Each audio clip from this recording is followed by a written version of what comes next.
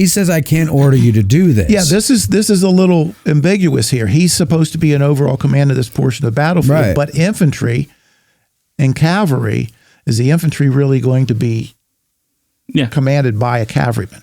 And the question is here too, this infantry is under Pleasanton's command. Is it under Buford's command? Yeah. There's a question mark there. From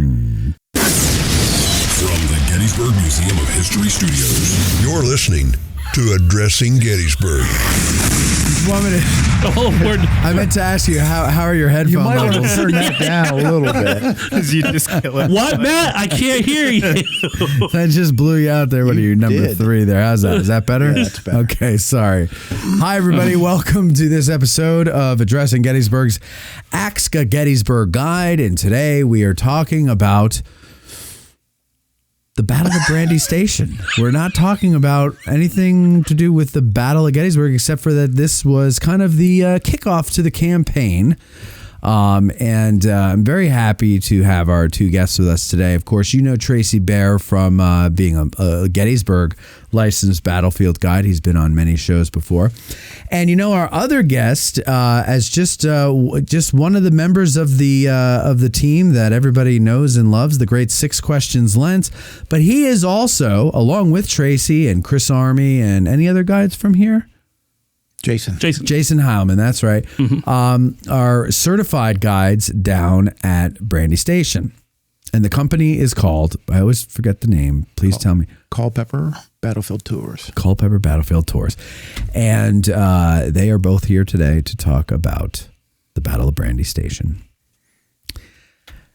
Now, gentlemen, the Battle of Brandy Station is preceded by something that I find interesting. It is the second of 2 grand reviews of Stuart's 3. Third of 3. The third. Wait. Okay, give me the first one. It was in late May. Mm-hmm. Okay, the late May one. Mm-hmm. Then June 5th.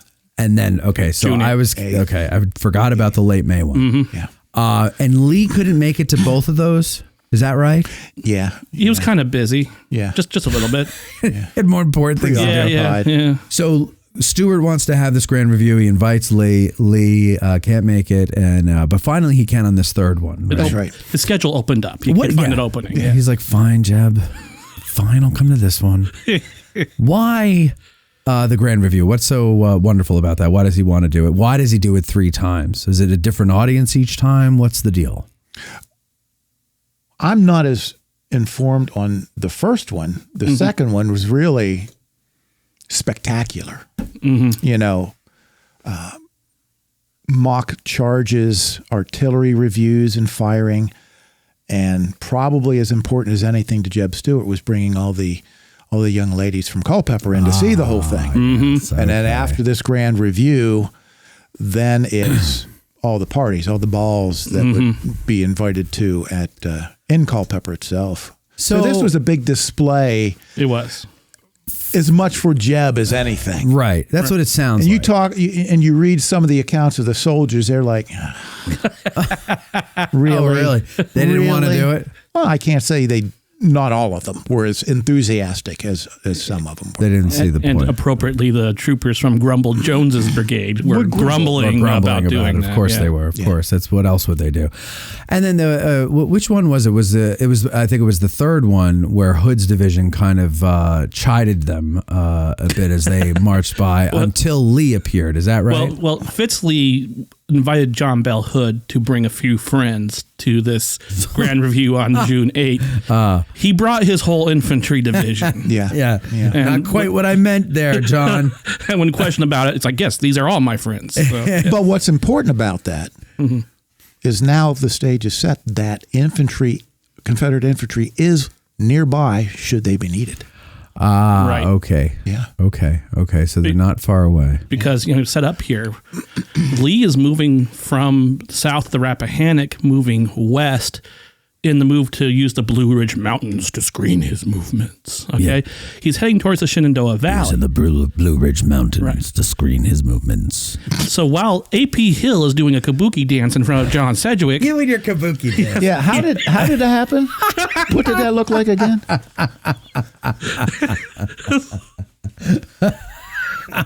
Oh, he's voguing as a kabuki dancer. Mike, don't do that on the oral exam. That's what I said to him. I said, we were doing a practice tour and he did that over on, what was it, Culp's Hill, I think, right? Yeah. And I said, don't do that. Don't do that. On your oral. but Richard Ewell's corps and James Longstreet's corps are in the vicinity of Culpeper. Yeah, they're around Culpeper. Mm-hmm. So this is the kickoff to the invasion that would lead to the Battle of Gettysburg. And Stuart is guarding the right flank of the army. Is that correct? Although at this point he's actually just kind of in camp, though. Like, is it what is the point of him being at Brandy Station or Culpeper? So he is his army, his cavalry corps are widely dispersed, guarding the river forts. Okay. So you're going to have two of his brigades, Tom Munford, who is filling in for Fitzlee, is guarding Stark's Ford on the Hazel River, north of Culpeper. Okay. Rooney Lee will be guarding Welford's Ford, also on the Hazel River. Grumble Jones has his brigade somewhat dispersed, but they are in charge of watching over Beverly Ford on the Rappahannock. And portions of Beverly Robertson are guarding Kelly's Ford on the Rappahannock. Wade Hampton is pretty much in and around Stevensburg.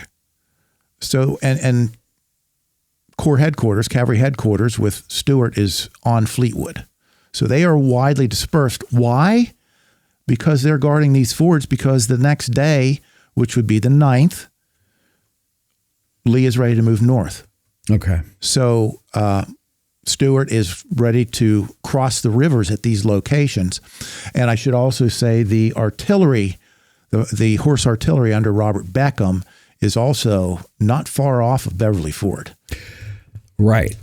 So, okay. Stuart's going to cross the river the next day. Mm-hmm. This is not. When does he get the order where it's okay for him to do his, ride around the Union? Oh, that's going to be later. So this isn't that. No, He's not on the river to go and do that now. At this point. You're going to have 3 more battles before that. Yeah. You're going to have Aldie, Middleburg and Upperville. Yeah, he's getting prepared to screen the movement of the army as it's moving north. As it's moving north. So he's getting on the other side of the river to keep the river in between just one more thing in between the Union Army and the Confederate Army. Yeah. So they're going to have to deal with Stuart, the river, and the Confederates. Right. Okay. And I do think, body, Matt, I do think it's important to take a step back about those grand reviews. Mm-hmm. Because especially the one on the 5th. Yeah. Those gunshots, those cannon shots were heard by who? John Buford. Okay. So he heard this, and he's going to help with the scouting report to Hooker and to Pleasanton that we believe the Confederate cavalry is amassed around Culpeper. They don't know the infantry's also there. And speaking of Grumble Jones before, wasn't he kind of like grumbling about all that? Well, what isn't he grumbling about? It's Grumble Jones. I know. But he's right here. He's pulled out of the Shenandoah Valley to reinforce Stuart there in that period of time, there in early June. And so Stuart now commands essentially 5 brigades. That's the largest force he's ever commanded. Mm-hmm. And so holding these reviews are not necessarily a bad thing. It's a good way of seeing what you have. Yeah, okay. The problem is how many he had and what they were and what they did. In the June 5th one, it revealed his hand. It showed that there was a force there in Culpeper. Yeah. And that tips and says, okay, then why is there cavalry in Culpeper? Could Stuart be about to go on a raid? Okay. Because he's done that before. I know Tracy, you've done an episode for Patreon about the Chambersburg raid, about going up and around. Stuart's done this twice in 1862. He's ridden around the Union Army. Mm-hmm. So you see this much massing on the flank, about to, this much force. If you're Joseph Hooker, the commanding officer of the Army of the Potomac, what do you think your conclusion is? Yeah. Something's up. And although the Battle of Chancellorsville wasn't that far distant. It's about, a month? Yeah. It's still early in the campaign season. So Hooker, as much as anything, hey, can I interrupt any plans that might be being made for this campaign? Whatever it is. Right. Yes. Right. So Jones is not happy about the whole demonstrations because he's obviously they can hear it. But because he says something, doesn't he say something like that? Like, I wouldn't be surprised if they're here in the morning. He claims he knows that there are Union cavalry across the river. Mm-hmm. He says he knows that. How does he know that? That's a good question. That's Grumble Jones, but he makes that claim. But another thing to keep in mind with Grumble Jones is he and Stuart do not get along. Right. Yeah. They really are not buddies. No. And Grumble's not happy being in this situation. Is that relationship between them, does that predate this point in, or is this just upon, like, have they been to work together before, or where does that come from? Or is it just because they're so opposite that they just don't like each other from the moment they've shaken hands for the first time? It probably has as much to do with it as anything. Yeah. And then it's very easy to find something to say you don't like about them. And when your boss, Stuart, Jones is known to be a complainer. Why to get his name, right? That's going to play into the whole relationship. Yeah. Mm-hmm. Yeah. So there's no. But Jones, I think, as much as or as well as any of the other brigade commanders, is going to do a fine showing at Brandy. Mm-hmm. Mm-hmm. Yeah. Oh yeah, for sure. All right, so let's talk about the forces that are going to be arrayed there first. We're talking about the Confederates, so go into that. You said he's got 5 brigades, most he's ever commanded. Mm-hmm. Who are those brigades? Either one of you. Well, he has his core division that he loves. He has the brigades of Rooney Lee, William Henry Fitzhugh Lee, that's Robert E. Lee's son. Mm-hmm. Fitz Lee, which is, I think that was Jeb Stuart's old brigade, that at least part of it was. But Fitz is out with rheumatism, so Tom Munford. So now it's Tom Munford. Munford, yes, okay. And his sons. I'm glad someone made that joke. Congratulations. Thank you. You beat me to it. Congratulations. Thank you. Thank you very much. Tad flips to himself looking bemused. Tad doing a dance over there? No. He was just like unamused, maybe is the word I was looking for. All right, anyway, go ahead. Wade Hampton is also his brigade there as well. Beverly Robertson, a brigade of 2 North Carolina regiments that D.H. Hill didn't fight for. He's like, yeah, you can have them. It's more to do with Beverly Robertson than anything else. And then William Grumble Jones and his Laurel Brigade. This used to be, the core of this used to be Turner Ashby's command in the Shenandoah Valley. So yeah, that was the force and the horse artillery. And the long arm. The horse artillery. Now commanded by Culpeper resident and native Robert Beckham, who took over after Pelham was killed. Mm-hmm. Oh, yeah. Okay. At Kelly's Ford. And, all right. So that's the Confederate side. Mm-hmm. Now let's go over to the Union side. Okay. Who's on the Union side? I think we need to look at, along with this, what were the Union plans? Mm-hmm. Well, that was my next question. That's huge. So go ahead. Start with that then, and then tell us who they are then. Okay. So the Union orders are essentially to, from Hooker via Pleasanton to the 1st, 2nd, and 3rd divisions of Union cavalry, the 1st being commanded by John Buford, the 2nd and 3rd really under overall command of David McMurtry Gregg. Uh-huh. Mm-hmm. They are ordered to cross the Rappahannock at 2 separate locations, really to do that to avoid gridlock at any single ford. let's divide it up, and then we'll come in from two different directions and meet where? Brandy Station. Meet at Brandy Station. From there, proceed towards Culpeper, where they believe Stuart is with the cavalry. Destroy and disperse the Confederate cavalry to the best of their ability. Okay? So, as I many times will say, that's the plan, but what's the first casualty of any battle?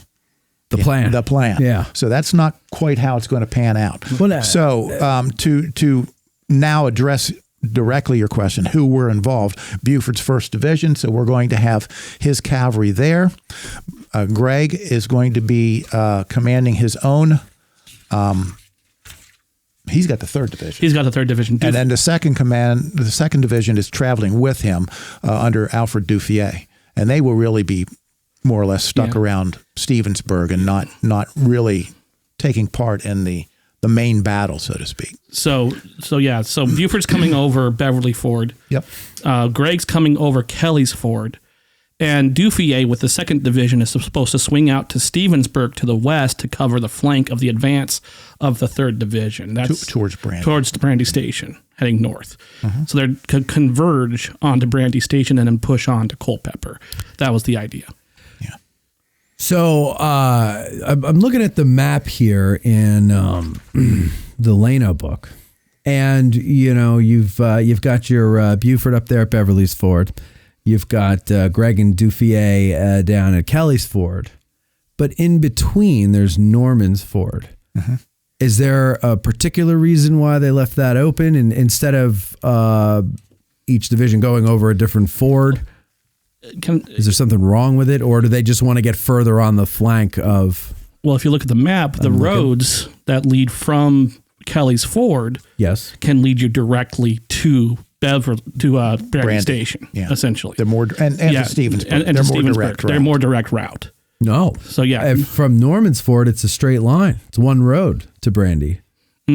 But I think I know why now. If I'm looking at it here, Buford comes in too close to Norman's Ford. It's because Buford kind of comes, I guess that'd be west, and then immediately cuts southwest. And then Norman's Ford goes almost straight west. So that would have been a bottleneck there. So that makes sense. Yeah. And then you got the other two, Kelly's Ford. Once you cross it, you can go north. You can go northwest soon after that. And there's a whole network of roads that'll take you in northern directions. But another one will take you, which is the way Duffier went, towards Stevensburg. So you just have a wider... So that makes more sense. I answered my own question. So you have a broader front that way, too. Yes. But the important thing to note here about the orders that are given to the cavalry, to Pleasanton, is it's not to go find out what the enemy is doing. It's to go find Stuart and destroy him. Destroy his ass. That's the point. Yeah. And that is consistent with the way Hooker has been operating his cavalry since he's taken over command.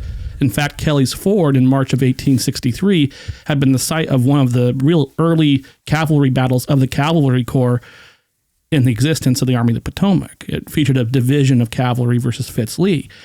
So the orders to his horse soldiers had been consistently aggressive.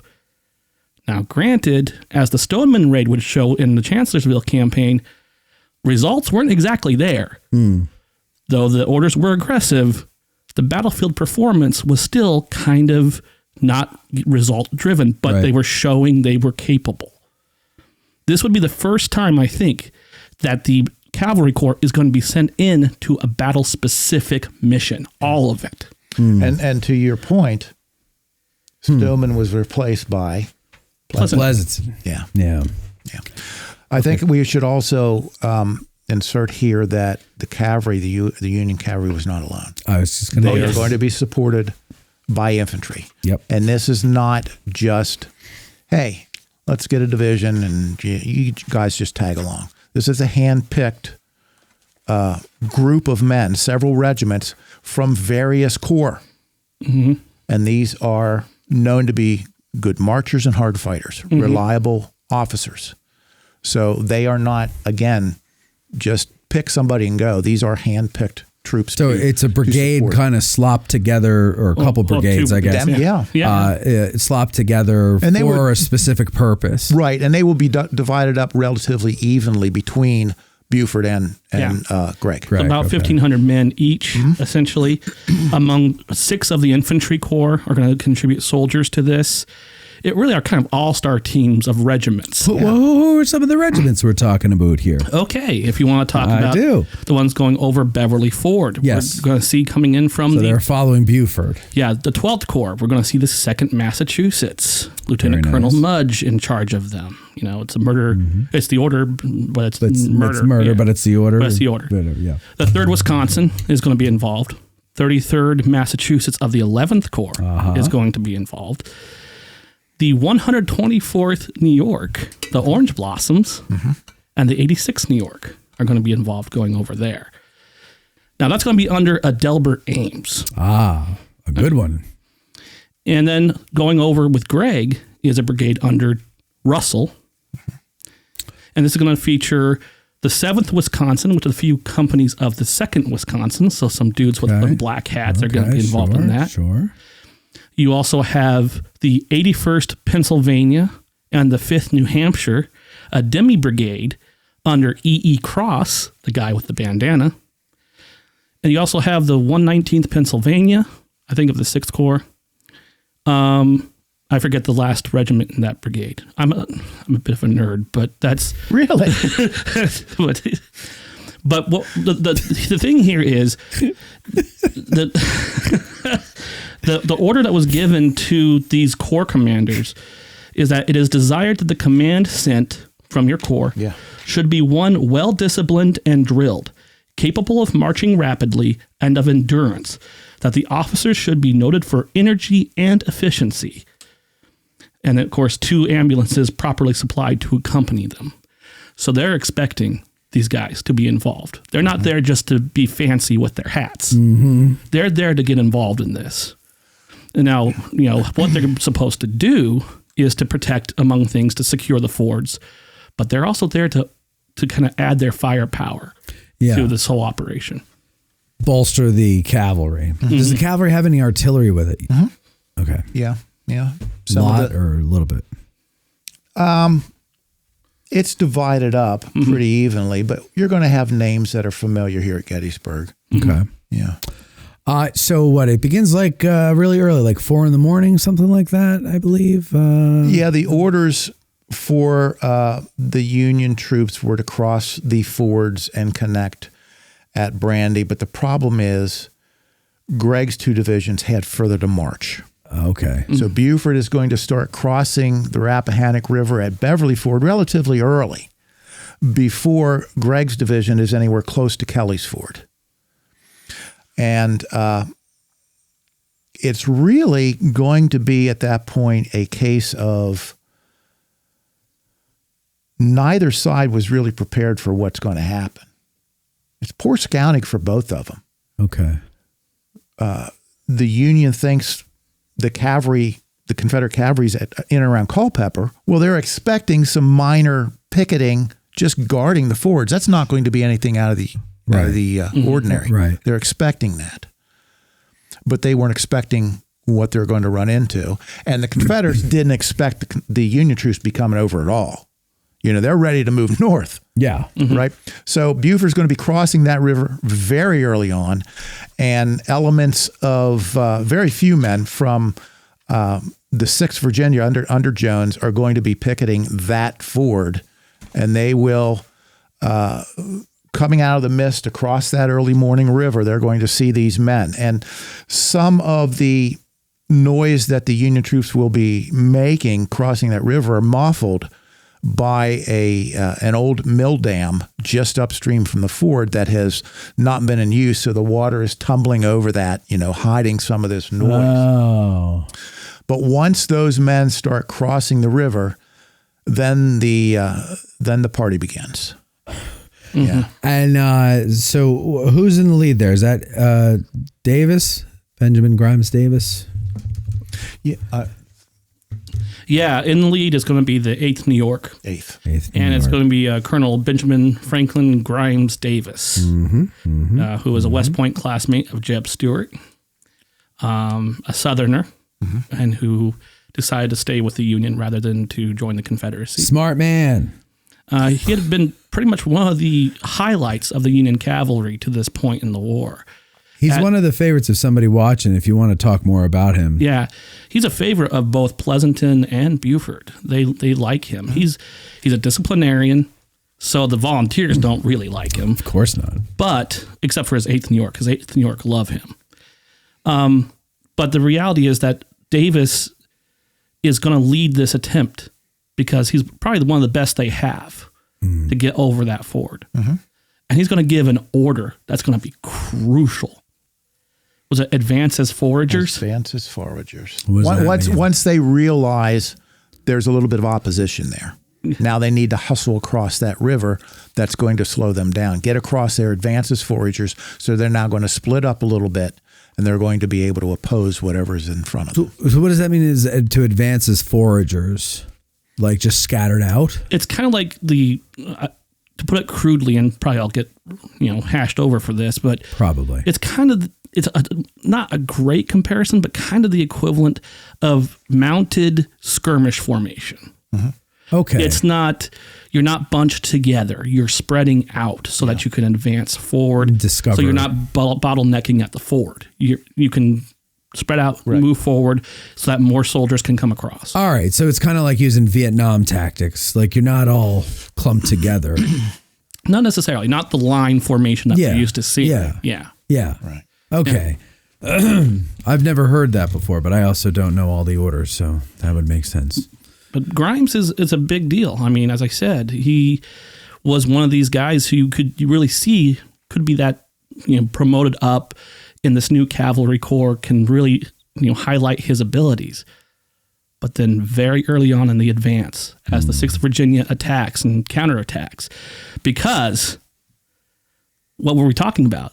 The horse artillery is in that, Stuart's horse artillery is in that area. Yeah. But they're unharnessed and they're ready to move across the river, but they're, I think a quote from somebody, it may have been Hart himself, but somebody from his battery is going to say, I think we're the line. How do you say it? The line is a little too close, or it's something to that. We're roosting a little too close to the lion's den. Exactly, we're roosting a little too close to the lion's den. Yeah. So the artillery park is by St. James Church, right? It's not even there. Not even it's there. closer to the ford. The Cunningham Circle and up further up there. Yes. Yeah, it's only a mile off the ford. Okay. So yes. So you're talking. What is that?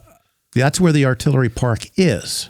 Okay. So those 40 guys of the 6th Virginia who are picketing the ford are making as much noise as they possibly can because they need reinforcements, and they need reinforcements now. And there are brothers belonging to the 6th Virginia, Bob and Fleet James. And they are going to be some of the first men who were there encountering the Union troops coming across the river. And they will be firing their revolvers possibly at the Union troops, but as much as anything, shooting up in the air just to get everybody else's attention. Yeah. This is an alarm. This is an alert for the rest of the 6th. And so when that's done, these artillerists are now having to scramble. It's a scramble drill for the ages. They're having to get their horses who have been out grazing. They have to get their pieces limbered up, their artillery pieces, and they have to get out of there as quickly as they possibly can. Meanwhile, the rest of the 6th Virginia rushes to the scene with men in various states of undress and some riding bareback. They realize the danger here. They realize the threat to the horse artillery, and they're moving quickly. So Beckham at that point withdraws them too near the St. James Church line. Oh, okay. That's leaving 1 6-pound howitzer, leaving that in the Beverly Ford Road to contest the advance of the Union troops. Okay. Yeah, and so what happens is a trooper in the 6th Virginia, Lieutenant Robert O. Allen, sees this officer in the middle of the road, and he rides up his, I think his horse has been wounded, but he rides up on this officer And this officer sees him at the last moment and swings his saber down on him. Allen ducks, and with the last bullet in his gun, shoots this officer dead. Yeah. Right in the head. That was Grimes Davis. Davis is killed instantly. Yeah. And does that kind of make the 8th New York and everybody else in the brigade pissed off, and then they fight like the Dickens? Well, or it's going to mean a vacuum in leadership, right? Okay. And now it's going to take the wind out of the sails a little bit. Everybody realizes there's a little bit more force here, a little bit stubborn opposition than we were expecting, but they are now going to try to continue to advance. But the problem is that 6-pound howitzer is now placed in the center of Beverly Ford Road, going to be firing canister right down the road. Okay? Buford is not yet across the river. Buford is, again, he's expecting some type of minor opposition. There's going to be skirmishers there. There's going to be pickets. But now Buford hears what? He hears Fire. that cannon. Oh, okay. And he's saying, wait a minute. Yes. Wait a minute. That's not just pickets. No. Yeah. What's going on? So now things are really going to start heating up. Right. Okay. So when the Union comes across Beverly Ford in the morning, they're not attacking. They're advancing cautiously, expecting to find something, but they know that they're. But it grows. But it right. But right, they're looking to drive the pickets back. That's not unusual. No. Just a normal standard operating procedure. But it's getting hit by the 6th Virginia as they were that causes them, and in the death of Davis, that causes at least the 8th New York to kind of reel a little bit, to kind of not shatter, but they're going to, if you believe the Confederates, they chased them to the river. But that's if you believe the Confederates. They were only 5 feet from the river anyway. But the thing that the 8th New York had going for them is that they had another regiment coming up behind it that was pretty good. The 8th Illinois. That's right. I was going to say that. And so what happened was it's just you're seeing a lot of these units starting to come across the river. It's going to delay their advance a little bit, but it's not going to stop them. This could have been disastrous. A vacuum of in leadership in command, a sudden counterattack. These troopers could easily have gone to pieces, but they didn't. And I think that's a lot of the story of the Battle of Brandy Station on the Union side is actions taken by captains and majors to stabilize their commands and to continue fighting. It's a huge deal. Yeah. Huh. So they keep fighting. Buford hears the cannon being fired, and he, rushes the rest of his troops over? He's going to now make a concerted effort to get more men, including himself, across the river to see what's going on. And to try to, deal with this unsuspected threat. Now, how far away is Greg at this point? Greg is still approaching Kelly's Ford while this is all going on. Greg, and this is 4:35 o'clock in the morning. Greg will finally be arriving at the river. I don't think he's going to get his command over the river till 8 o'clock. No, not really. Really? Yeah. And part of the reason for that is the 2nd Division actually gets lost a little bit. Duffier gets lost. A guide takes him down a wrong road or something, and it delays a little bit.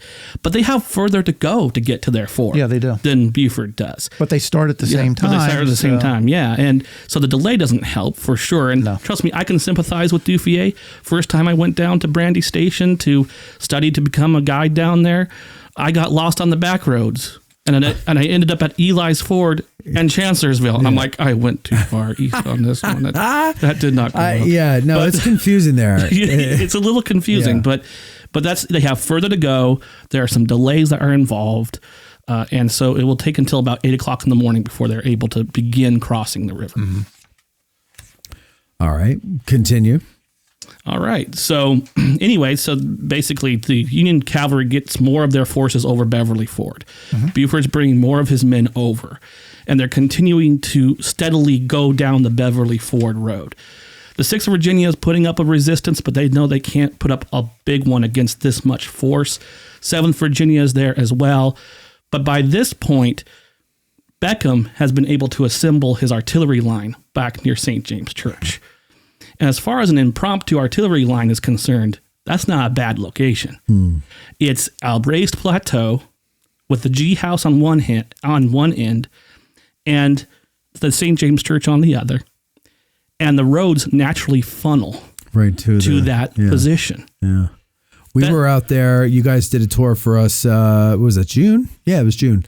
And to stand there and hear the story and look out at that field and try to imagine that, we were on the artillery line, but looking out and imagining all these horses and everything, these guys coming and just firing into them, it's just crazy. Yeah. And we have to remind ourselves that this fight was not expected at this place. So, and at 4:30 in the morning it starts, but you're talking about it's dark at 4:30 in the morning. It's going to be pretty dark for the next hour, maybe hour and a half. Yeah. So anything that happens is going to be, you're going by the field and you got smoke that's now inundating the area. It's going to be a confusing situation. So if people say, well, why didn't the Union cavalry just rush down the road? They don't know exactly what's in front of them. Right. That's right. Not now. It's like saying, why don't you take that window unit out of the house when you're shooting a movie about the Civil War? Yeah, and like any battlefield, this is really going to become a true showing of who is a good leader. Yeah. Mm-hmm. Okay. Because now the sound of the guns is echoing throughout the area. Yeah. Mm-hmm. Rooney Lee, up guarding the Hazel River and Welford's Ford, doesn't wait for orders. He pulls his men off of that ford and begins moving towards the sound of the guns. So he's like slightly northwest, kind of west of this action. Right. Right. And he will eventually make an effort to connect with the left of Jones. Okay. That makes sense. But he's not staying put. He is moving ahead. Stuart himself will be on his way. Once he figures out what's going on, he is going to really order his headquarters on Fleetwood to be dismantled. What else is there besides his headquarters? The supply wagons for the horse artillery, for the cavalry, all the supply wagons. Stuart orders them towards Culpeper for their own safety, for protection.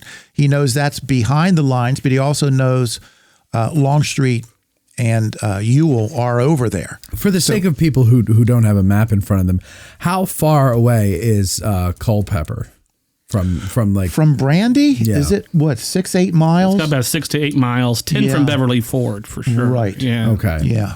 All right. So a safe enough distance. Yeah. Yeah. Yeah.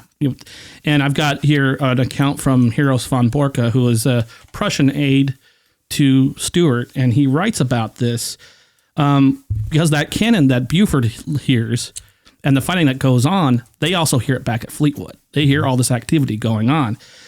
Our headquarters, as yet resting in quiet, peaceful slumber, was now astir with colorful, vigorous activity, wild though brief confusion. A few minutes later, Stuart's couriers raced off to wake the troops bivouacked in a wide half circle around Fleetwood in order to get them quickly mounted and inform their officers that already large masses of enemy troops had come across the Rappahannock. So Stuart is going to act quickly and decisively. Yeah. There's not going to be a hesitation. He's going to send. He's going to first try to figure out what's going on initially, but when he has a good idea, he's going to send troops and send messages to Wade Hampton, who's nearby. Get your forces into that area as quickly as you possibly can. So doesn't Grumble Jones kind of... I'm trying to remember if I read this in his... whether these were in his words or not, but he seems to paint Stuart, because he's... I guess this is a little earlier than where we're talking now, but he's sending word back to Stuart, hey, something's going on. That'll be a little later. Oh, that's later. Okay, I'm sorry, I'm jumping the gun. Okay, but we should probably get back to St. James Church. Let's get back. We all need to go back to church. Right. Yeah. Right. Yeah. So Beckham is going to organize a gun line, probably around 16 pieces, and it's not all he has. He has that one still withdrawing up the road. He has one piece that's going to be sent down to protect the Stevensburg approaches. And there are at least 4 pieces north of the Hazel, 2 of which will come back to support Rooney Lee. But there are going to be somewhere close to 16 pieces in this gun line. And these are, if you're familiar, Matt, you've been there, so you know it's not a wide spread out line. No. You know how, according to Army regulations, what the spacing of artillery is supposed to be. They're not going to be able to maintain that. Is it 14 feet or 17 feet? Between the pieces? Between the pieces. No, it's I think, well, yeah, it's closer to 18, 19, by yards. Over 15, let's say. Yeah. Get a horse but they are going to be packed in there with probably 1 or 2 guns beyond the church and 1 or 2 guns in front of Hampton beyond the G house. Hampton is brought up to bolster the right side of the gun line. Jones will be on the left side around the church, trying to reach up the road to connect with Rooney. Mm-hmm. So it is, Stewart, it gets criticized for being surprised not just once but twice this day. But in my opinion, Stewart is managing things pretty darn well. So once he knows what is going on, he's able to make quick decisions rather decisively. Yeah, I think so. Okay. Yeah, I think so. That's one thing about Stewart on the battlefield or in a situation. He could size something up pretty fast and make a call. Yeah. And usually the call was correct. Usually. Okay, usually. Yeah. And I think, we talked about his headquarters being collapsed and then sent away, all the supplies being sent away. What he does do, and this is going to be a very important thing, is he keeps his adjutant there, Major Henry Brainerd McClellan, cousin of the general. George. Okay? Yeah. So McClellan will be on Fleetwood because that's the last known location of cavalry headquarters. Yeah, it makes sense. So when people funnel information, they're going to be looking for Stewart there. McClellan will be there to cipher through this information and forward to Stewart as necessary. So he is going to be really, for a while, the only person, along with probably some of his staff, on Fleetwood, while Stewart then moves over to St. James Church to really take command of that line. Okay. What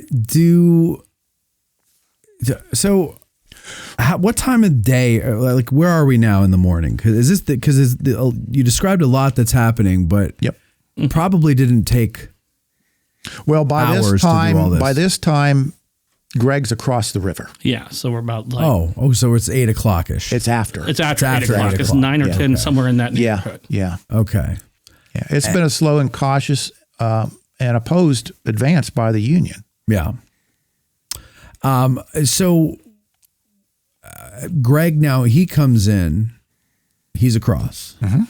And now is Buford still pushing, or does Buford get stopped at some point and then like Greg takes over? How does this all work? No, not yet. No. Buford will still be pushing. Yeah. Okay, still pushing. And while we're on Greg, he is now crossed the river, and what he will run into are 2, or I'm not sure if it's just 2, but it's some of Beverly Robertson's cavalry, who, for all intents and purposes, are not very motivated, ambitious at this point. Okay, they are really not going to be involved at all. But what they do is end up blocking the road towards Brandy, which forces Greg to seek a different route. Yeah. So what then Greg does is he takes his infantry brigade that is along with him, that all-star team, and he moves them up that road to keep an eye on Beverly Robertson and also to secure the ford, Kelly's Ford. So that's the last time we'll hear from that infantry brigade. Russell, you're talking about. Russell's brigade, that's it for them. They're not going to be involved. They're going to be there waving at Beverly Robertson and his men and going, hey, how's it going? Okay. Yeah. So he does that while Greg kind of goes down to a road that, for all intents and purposes, it doesn't literally parallel it, but it will be available to go to Brandy. Right, it goes straight into Brandy. Duffier and the 2nd Division proceed to Stevensburg. Okay, right. So yeah, okay, got it. I'm with you. Continue.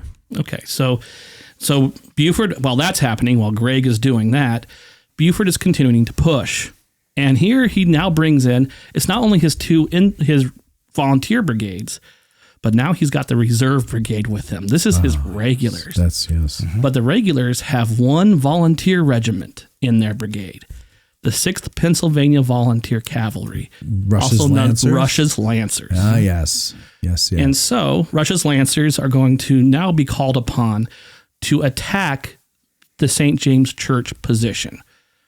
Now, the 6th U.S. Cavalry will be in support of this attack, and it's a big dramatic moment. These Union troopers come out of the woods and they advance towards this gun line. Yeah, that goes about as well as you can think it's going to go, going in the face of 16 artillery pieces, okay? But Rush's Lancers, this is a very well-established volunteer command. You're talking about connections to the American Revolution. Rush, who raised it, was the grandson of Benjamin Rush. Robert Morris, the major who's in command of them that day, was the grandson or great-grandson of the financier of the American Revolution. We're coming up on the 250th, so I got to put that plug in. Mm-hmm. And so these men, some of their basis was the Philadelphia kind of light troop. And so these guys are just a well-established group. They had lances when they were first. McClellan is actually the one who kind of assigns them that. And but by this point, they have ditched their lances because they discovered that going into battle in the Civil War with a big stick is not usually a good idea. And so they've tossed those aside, but they're still called Rush's Lancers. This charge is brave, it's courageous, but it doesn't work. It's bloody. And it's going to be opposed by the artillery, but also Grumble Jones's men are going to come in and counterattack. And Robert Morris is going to be captured. The 6th Pennsylvania is going to suffer a lot of casualties. And in the end, but here's the thing, their performance, though, their courage is actually going to earn them the nickname the 7th Regulars. Oh, okay. Yeah, Mm-hmm. yeah. And part of what they would run into is at the western end of the gun line towards the St. James Church, that road takes a bend. And the 11th and 12th Virginia are on that road. So essentially when the 6th U.S. and the 6th PA make that charge, the 11th and 12th are already on their flanks. They're charging towards the gun line with these 2 Virginia regiments that will be coming in from the right flank, hitting them in the flank. And so we talked about that on the tour. We were standing there at the St. James Church, looking up the road that was that flanking position. Yeah. Those troopers came in from that direction. As I said, those roads formed a natural funnel. Yeah. And the 2 6s fell into the funnel, and then the Virginians came in from the side, and that was it. So I'm looking at a map here, and it's a very good quality one. So but it doesn't have everything that we're talking about here. The way in phases like they do in the Leno book or Brad Gottfried's book. But I'm trying to show something to the audience here. So if you want, go ahead, take a look up there. So with the area that you're talking about, where the 2 6s are, they're what, up this way here or more down here? Closer to what road are they coming in on? Beverly Ford, or are they coming in up this way? They're coming in Beverly Ford Road. Beverly Ford Road. Okay. Down that way. They're deploying along that. If you see there's another road that goes off to the side. See, there's a connecting road that connects the Beverly Ford Road and that other road. So, this one? Yes. Okay. And so what happens is it kind of, again, forms that natural funnel. If you also look, why, and the question would be then, well, why didn't they just swing around the other direction? Well, down near where you see Hampton on the map, that's not conducive to a flanking movement either because you're too close to the river. So Hampton's not exactly anchored on the Rappahannock, but he's close enough that he has some of that advantage. And what Hampton will do, opposed by it's Devon. Yeah, Devon. They are going to dismount. So it's not going to be true horse cavalry clashes. They are dismounted and firing at one another as infantry or sharpshooters, which is really going to slow down the pace of the fight on that side of the. So Hampton and Devon both are dismounted, or just okay? Yeah, they're engaging with each other. They're just having a brawl. But also 2 of the infantry regiments are back near on the Beverly Ford Road on either side, protecting the ford. So that allows Devon to move forward and engage with Hampton. That allows for the reserve brigade to move forward and engage the St. James Church position because you have the 86th New York and the 124th New York hanging back, making sure the ford is protected. Right. Okay. And once this forward effort is stalled along the St. James Church line, General Buford says, my orders are to connect with Gregg at Brandy, and I need to get there. Mm-hmm. So rather than forcing this issue, he now begins to pull the bulk of his force around to the right towards the northwest. And this is where he is now going to be facing Rooney Lee rather than Grumble Jones. Okay. So the momentum is now stalled at the church line, and Buford is now trying to find a way around the left flank of the Confederates, because his goal hasn't changed. He needs to get to Brandy because that's where he is expected to meet Gregg. That's up by Welford's Ford. He won't be that far. But that's that vicinity though, like that end of the map we're looking at here. Yeah, in that area. What we know today is Buford's Knoll. He is going to end up. Buford's Knoll. Yeah, that's here. The Cunningham property. Part of the Cunningham property. Okay, so that's up there. Yep. That's Buford's Knoll. So he's watching then the attack here against Fitzhugh Lee. No, that's Rooney Lee. That's William Henry Fitzhugh Lee. Rooney. That's Rooney. Rooney Lee. Where is this map is not as good as I thought. The quality is good, but it's not. Okay, so where? Look up here. Here we go. Okay, is this where we're talking about? I just want that's some visual for the audience. Okay. I can't even see the cursor. So I can see it, but that's what we're talking about. Okay, because Rooney Lee has come from Welford's Ford, basically marching to the sound of the guns. That's right. And has placed himself at that stone wall that divides the Green property and the Cunningham property. Right. And he has dismounted his troops behind that stone wall. Mm-hmm. And further behind him is a tree line and an open, somewhat of a valley, a low ground, where some of those guns, guns that were north of the Hazel, are now coming to support Lee.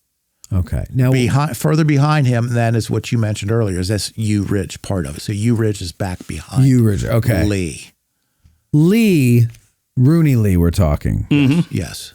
The other Lee is infirmed somewhere. Yeah, he's got rheumatism. So Munford has a further distance to travel. Right. And he won't be as quick to move without orders. Okay. So he will arrive later in the battle. Okay. I'm getting my Lees confused here. Munford and all his sons have a few more sets to play before they head on down to they have to finish the show. Brandy Station. They do have contracts, ladies and gentlemen. That's right. Yeah. Okay. So gotcha. All right. Continuing. Go ahead. By the way, ladies and gentlemen, if you want to call in with a question, 717-420-1978, comment, question, thought, whatever you got. Go ahead. Well, at this point, Buford's going to try to break the Rooney Lee's line with multiple charges. It doesn't quite work. It's not as disastrous as St. James Church was a little bit, but he's not getting much in the way of progress there. Again, he's facing dismounted cavalry. He's facing artillery. He's got some artillery of his own, but, at this point, he's doing the best he can with what he has. And so he's trying to force the issue there. This is when some of the other infantry arrives. Members of the 2nd Massachusetts and 3rd Wisconsin approach Buford. And they say, they know this. They're infantry. This is their bag. Right. They see a position where guys are firing from behind. They can take care of this. Yeah. All right. So they approach him and say, we have an idea. We can go take care of that for you. And Buford really says, I can't order you to do this, but hey, if you guys want to get down there and take care of this for me, I'll buy you a donut later. Now wait, he says I can't order you to do this. Yeah, this is a little ambiguous here. He's supposed to be an overall commander of this portion of the battlefield, but infantry and cavalry, is the infantry really going to be commanded by a cavalryman? And the question is here too, this infantry is under Pleasanton's command. Is it under Buford's command? Yeah. There's a question mark there. But to Tracy's point, though, Buford is in command of this part of the field and Ames is attached to him. So why wouldn't Ames be taking orders from him? See, that's we don't get anything in the ORs that tells us that there's any clear line of chain of command. Oh, that's silly. Things will work out for the best. Okay, good.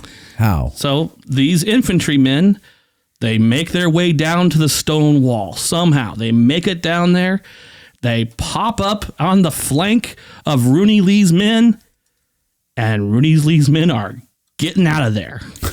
Essentially, the infantry low crawl down there, and they are able to provide enfilade fire right down the stone wall with rifles. Exactly. Not carbines, rifles. And if you're wondering where George Armstrong Custer is at this time, I was going to there's ask. actually a story that's involved there. Some of the Wisconsin soldiers are going to comment about it before they go on this little mission of theirs.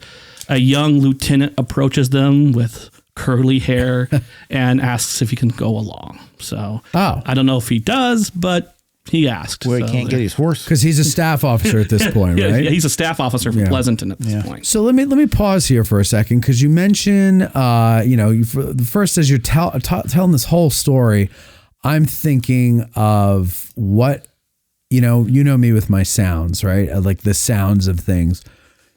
Not only the sound, but how this must look. Two massive bodies of horsemen charging into each other, and horses getting shot and maimed, and the screams of horses mixed with the screams of men and everything like that.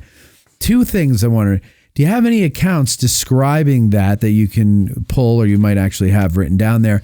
And then the second thing I want to know is, did the infantry coming onto the field, seeing all this stuff ahead of them, what was their?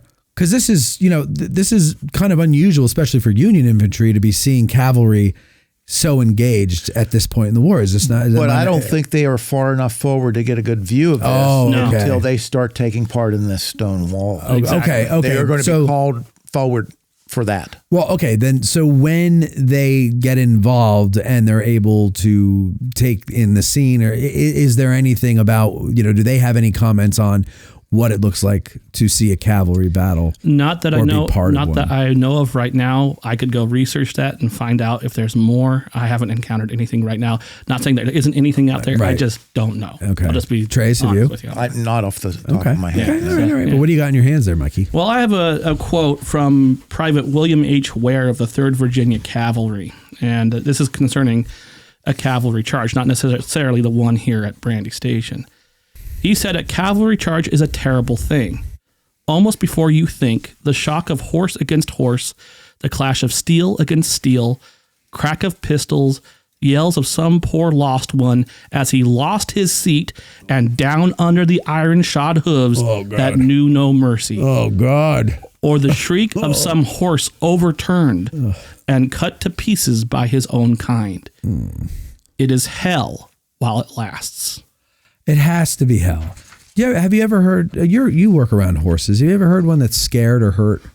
Oh yeah. Right. Oh, it's a terrible sound. Yeah. It's like a demonic sound almost. Right. Like it sounds like it's coming straight out of hell. Imagine a couple 100,000 of those. And now you have so many horses, and we do have accounts from Fleetwood of how the dust is so thick, it's covering everyone. And you can't tell who's who. So it's the kicking of the dust with the horses combined with the smoke from the carbines and revolvers. Yeah, it's chaos. That's the movie I'm going to make when I win my $100 million. Yeah. Or my $500 million lottery ticket. I'm going to make that movie. So we always we see the cinematic version of a cavalry charge. It's, in this sense, these troopers are telling you that's not it. No. Ware's telling you that's not it. It's brutal. It's fast. It's horrible. And so when we're talking about the charge of the 6th Pennsylvania against that gun line, now you're adding artillery into this. Oh, God. There's just, canister and horses shot. make great targets. And it's bad. It's really bad out there. And it's very personal. You're not behind a stone wall shooting a long-range cannon or rifle. These guys are right next to each other, swinging sabers. This is very close. Yes, very close range. You can see the expressions on everyone's face. Oh, I'm sure. There was one account when I covered this in the narrative episode, I had to pull this account because the way the guy described it when he, I believe he used his saber and slashed a guy and hit him in the throat. And he describes the dark blood that comes gulping out of his mouth and everything. It's just horrible. Yeah. And that's while the animals underneath are probably flailing about. Like, there can't, once the lines meet, there can't be any order to it, right? It has to just be bedlam. And we can cover this a lot more in, I think, the Fleetwood Hill fight. Okay. Well, because we're going to see more of what you're describing from there. But the one thing that's really stands out to me about the Brandy Station fight, as opposed to any other cavalry battle in the American Civil War, is how many times the order is given for them to draw sabers. Yeah. Time and time and time again. Despite what these guys will tell you about how glorious and beautiful it is to draw your saber, these guys typically don't like to fight with their saber. Yeah, I wouldn't either. And so it's too close. It's too personal. It's too unknown. Yeah. And so, but why they're drawing their sabers is things are happening so fast. They're reacting to what's going on at the moment. It's kind of the equivalent of the infantry fixing bayonets. So what happens is you're trying to adjust to the moment. You don't have time to go at range with pistols or carbines. Draw your sabers. And I love a quote that one of our colleagues, William Truding, mentioned, that once you fire 6 shots, that's it. All you have is an expensive hammer. Yeah. Yes. Right? Yeah, yes. but it's a good hammer. But that's where the saber is a little bit longer. Yeah. Right? It's going to reach out a little bit further than that hammer swinging that. Right. Right. Mm-hmm. So getting back to the narrative, if you don't mind, going back to the battle. So we got Rudy Lee's men are falling back. Mm-hmm. So what's going on at St. James Church? So St. James Church, by this point, remember where we left Henry McClellan at Fleetwood. Fleetwood, okay. Now he is going to be seeing something that is not going to be very pleasing. He is going to see the approach towards Brandy Station of Gregg's division. This is the 3rd Division. Down here. 2 brigades, one under Sir Percy Wyndham and one under Kilpatrick. That's right. Along with a 6-gun battery of Martin's battery of 3-inch ordnance rifles. Right? So they are going to be approaching, and now this is the second surprise for Jeb. First surprise was all these men coming across the fords, specifically Beverly. Now the Yankees are coming in from another direction. So he's received no reports of this from Robertson or Robertson has sent some scouts out to Henry McClellan to inform him that they've seen a large force of cavalry coming in from Kelly's Ford. Grumble Jones has also received some information from Beverly Robertson, and he tells Stewart. And Stewart kind of snaps back at him. Kind of not. Do you want to tell that story or no? Go ahead. Okay. So what happens is, Grumble Jones gets this report, sends that report to Stewart. Stewart responds to him saying, "Worry about the fight in your front. I'll worry about the flanks." Yes. And Grumble Jones, to the effect, says, "Well, he'll be worried soon enough." Yeah. He doesn't believe they're coming, does he? Yeah, he'll soon find out. Yeah. But also, Hampton has sent a small force to Stevensburg, who will be slowing down and, for all intents and purposes, stopping Duthier from really converging on Brandy and entering this fight. He's going to delay him there. But now Gregg is in Brandy.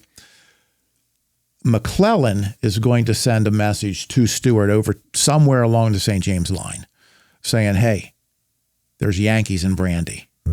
Okay, so now Stewart is like, oh, okay, what now? What now? By this point, Buford's already been moving around to his own right, to the left of the Confederate line, which is relieving some of the pressure on the St. James Church line. Okay. So now Jones, who is again rising to this occasion, is going to send a couple of regiments, the 35th Virginia Battalion, White's Comanches, and the 11th and 12th Virginia. They're going to be able to strip them off of the St. James line and head them across the fields a mile away to help McClellan. But before they get there, McClellan's on his own. Okay, Stuart's essentially going to say, Major, you're going to have to deal with this for the time being. You were stuck dealing. So McClellan doesn't have any kind of force at all. I thought he has one howitzer. Well, they will be arriving. Oh, okay. Okay. He doesn't have any real defensive force on that hill. Okay. Now here comes this lone howitzer back. It's that gun that was used to delay Buford up Beverly Ford Road. Okay. They're now running low on ammunition. They have 2-3 rounds left. Okay. So they arrive at Fleetwood. Why? Because that's the last known position of the ammunition. They go back there to refill their limbers. Okay. Only they're not there anymore. They've been sent to Culpeper. Right? Right. So this gun arrives. Major McClellan sees this and says, work with what you got. Right? Sets them up on the brow of Fleetwood when he sees Percy Wyndham coming from Brandy, maybe 3/4 of a mile away, emerging from that tree line, and orders this battery from Hart's battery, Hearts. I think. It's from Hearts. To fire a few rounds. Well, that's all they have. Right. But that's what it took to slow down Wyndham. Wyndham's brigade consists of 3 regiments: the 1st New Jersey, the 1st Pennsylvania, 1st Maryland. But before Wyndham can send them against Fleetwood, he needs to discern what in the world is up there now. Right. They weren't expecting this fire. Right. Now we're receiving some artillery fire. Okay. So he is going to call up that 3-gun battery from Martin, place them in the field in front of his men to try to develop the situation on Fleetwood. And there's now going to be counter battery fire, which doesn't last too long because the Confederates only have 2 or 3 rounds. Right. All right. Right. So by the time the Confederates are finished with that, Wyndham is now launching this attack. Okay. But that is those Confederate shots are going to buy enough time for Grumble Jones' men to begin to arrive. And Wyndham's unaware of them because they're coming, from the other side of the hill? direction. Yeah. But this is key also, being on the ground. And actually, I encourage people to come out and take tours at Brandy Station. Absolutely. And in Culpeper. But Fleetwood Hill itself as a position is imposing. Yeah. It is a raised piece of ground. It's a big ridge, essentially, that runs north to south. And it's about 2 miles long. 2 miles long. Yeah. And so what happens is if you're approaching it from the west, you can't see anything to the east. If you're coming in from the east, you can't see anything on the west. Mm-hmm. And if you're standing on top, like Henry McClellan was, he would have been looking out onto down there at Brandy Station, which is not too far away, and see those 3 cavalry regiments deploying. And that must have been oh man, this is not going to go well moment because that's a lot of force. He could have seen them coming from a long way away. Sure. And so, I mean, is he aware that Jones's men are coming? Well, he's not initially. They will be there soon enough, and he will probably, Now, wait, you say McClellan's up there alone. It's not just him. He's there with some staff officers, right? He's got some staff, right. yeah. And the wagons have all been gone. They're long gone by this point. So what you have is you have the Federals racing up one end of Fleetwood Hill. Now you got Grumble Jones's men racing up the other end of Fleetwood Hill. Henry McClellan sees them, and he rushes down and says, basically, you've got to get up there. Right, hurry your ass. Now, hurry, now. And an officer in the 12th Virginia will say, as they crest the rise of Fleetwood Hill, the valley below them was black with Yankees. And then they run into each other. Yeah. Slam. And this is really a location, to go back to what we were talking about with the horses smashing into one another. This is really for the rest of the battle where that's going to occur. It's just one mass of humanity and horse flesh up there swinging and shooting at each other. It will have some temporary breaks in, but this is going to be, a dust cloud and smoke cloud of men just self-preservation. And as each new regiment gets fed into the fight, it's going to seesaw back and forth in what one combatant called a promiscuous fight. Promiscuous. and it's chaos. It's chaos incarnate. Yeah. There's nothing up there that resembles order. It's basically, think of the wheat field on a micro scale with a lot of horses and sabers. Boom. And the 35th Virginia, again, Whites Comanches are going to be one of the first Confederate regiments or battalions to arrive. They are going to charge right through the Yankees, and they will end up at the newly advanced 3 guns of Martin's battery. And there's no cavalry to protect Martin's guns. They are going to be down there shooting and swinging at the gunners. The gunners are trying to protect themselves with their rammers and their hand spikes. And, you know, I think in the Civil War, the biggest compliment you can be paid is when your enemy is telling you how good you did. Yeah. Mm-hmm. Sure. And the Comanches will be saying about White's gunners. They did not want to relinquish those guns, and they fought to the last man. Yeah. Yeah. But what was it? Didn't they lost a lot, didn't they? Or is that, I'm thinking of a New York battery, I think. But go ahead. Yeah. Well, that isn't. That's what it is. Yeah. Oh, it is? It is that one, yeah. Ah, see? But the problem is now the Comanches are too far advanced, and they can't stay there. And they will be forced to withdraw back up Fleetwood Hill. But by this time, Hampton's already withdrawing from the northern or the eastern side of the St. James Church line, and he will be rushing over there. Again, Stuart's management can't be blamed or can't be faulted here. He is pushing men where they need to be when they need to be there, as well as Beckham's guns. Mm-hmm. They're going to be withdrawing. Okay. Now, they will leave some sharpshooters, one of the Virginia regiments, over around St. James Church just to kind of keep a check on things. But for all intents and purposes, that line is not going to be advanced anymore by the Union troops. Okay. Pleasanton will make it up that far and actually use the G House that was part of the line. He would use that as a hospital in his headquarters for a couple of hours. Okay. And where's the G House again? Is that? It's at the end of the Culpeper County Airport right now. Okay. Yeah. So it's at the opposite end of the gun line from the church. Right. Mm-hmm. All right. So like around here? Oh, opposite end.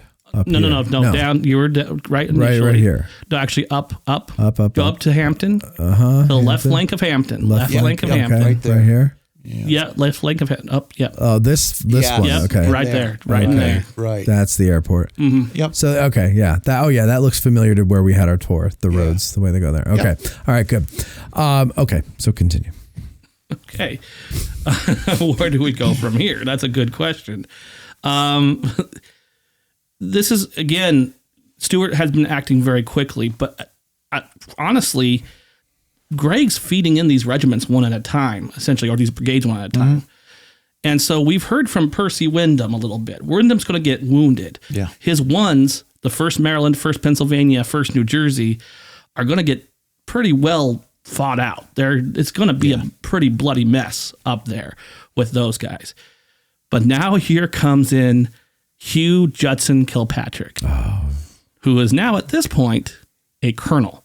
He's not a brigadier general yet. He's not in command of division. He's in command of a brigade. And so he starts to feed in his regiments into the fight as well.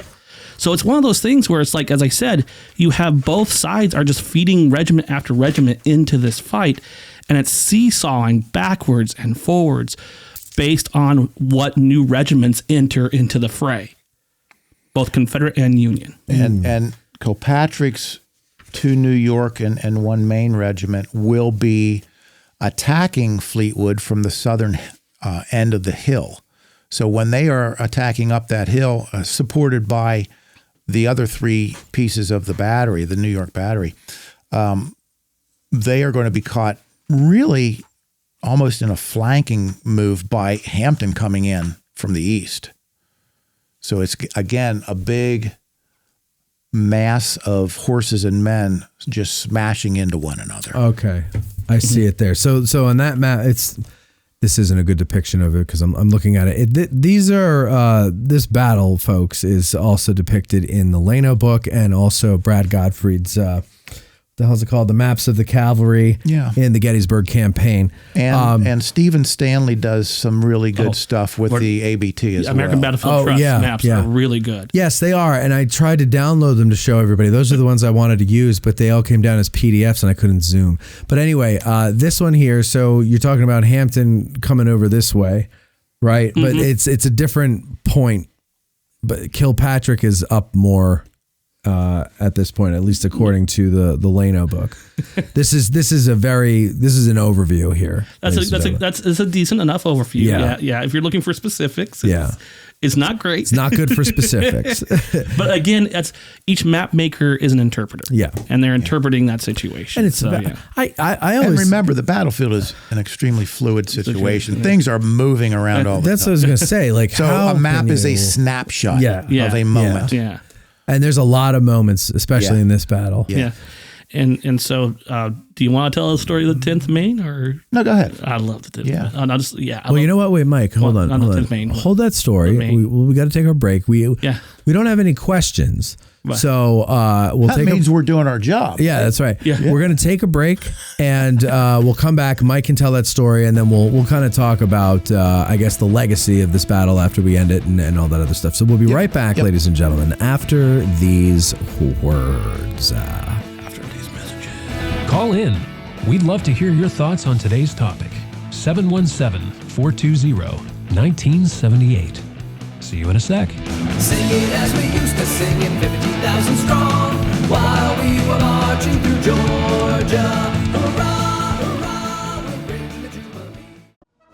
The Gettysburg Museum of History, located right here in the center of Gettysburg, PA. Owner and curator Eric Dorr grew up here and has spent his life collecting and preserving history through artifacts ranging from the Civil War, the Battle of Gettysburg, World War II, presidential items, pop culture, and more. His museum is free and open to visitors Wednesday through Sunday, 11 to 5 p.m., where you can stop by and immerse yourself in some of the most amazing artifacts that you would never believe exist in the middle of Gettysburg. If you're a fan of Band of Brothers and Everything Easy Company, you'll love his exhibit featuring the Dick Winters collection and artifacts from D-Day. You can even own your own piece of history by buying one of the many relics they have for sale in the museum and on the website GettysburgMuseumofHistory.com.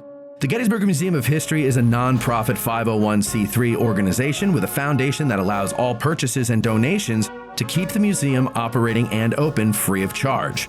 They have been featured on the History Channel, the Travel Channel, the Smithsonian Channel, and the Science Channel. Now you can check them out on American Artifact, the series on the YouTube channel, The History Underground. So that's the Gettysburg Museum of History at 219 Baltimore Street or the GettysburgMuseumofHistory.com. At Digital History Pioneers Foundation, we are about grassroots history on digital platforms.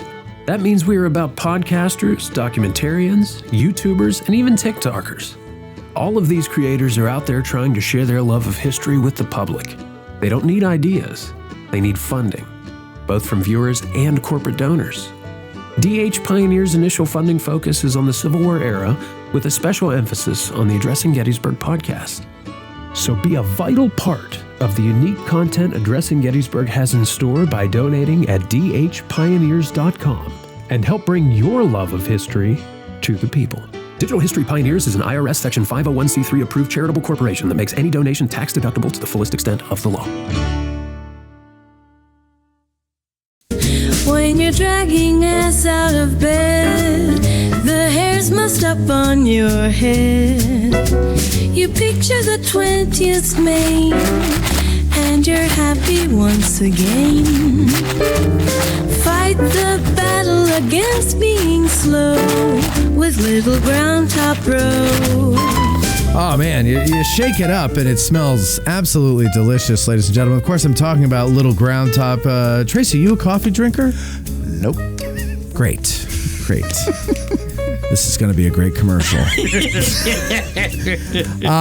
So for coffee drinkers, though, Little Ground Top is known as one of the greatest coffees ever since that guy whose name escapes me right now crawled off a mountain in Colombia. What the hell was his name? Juan Valdez. Thank you. I wanted to say Don Bulow, and I knew that wasn't a real person. I was like, Don Bulow. It's like my neighbor who drinks too much, Don Bulow. Anyway, ever since Juan Valdez crawled out of a mountain cave in Venezuela or wherever he was and said, I'm going to make some coffee, this is the new whatever the hell he made. Nescafe? Anyway, it's Little Ground Top. You can get it at Bantam Roasters. You can get it, you can get it online. And that is what I would recommend you do, is go online and get your Little Ground Top ASAP. You go to addressinggettysburg.com/cafe and you can order it. And you know, I hear from so many people, Michael. I'm really actually very pleasantly surprised at how popular this is. Well, I'm not. It's great. It's a wonderful blend. It's great, but usually everything, some people say, everything that guy touches turns to gold. Me, it turns to lead. So the fact that people are buying this is it warms my cockles. And I'll tell you, they used to put out 12 pounds. They used to put out 12 pounds of this a week, and they would sell out by like Sunday, and they put them out Friday night, Saturday morning. Now they said, well, we're going to do 18 pounds, and they sell out by Monday. So that only gets you like an extra day if you come into town and get them. But you can also go to the Ragged Edge Cafe on Chambersburg Street. They've got about 12 pounds a week there as well.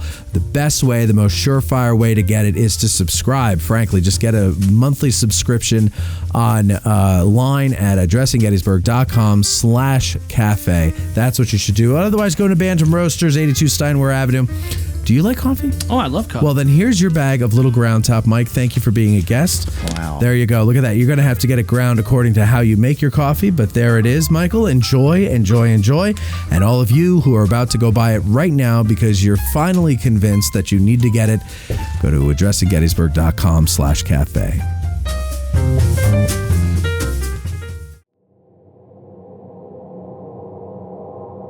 You're listening to Addressing Gettysburg.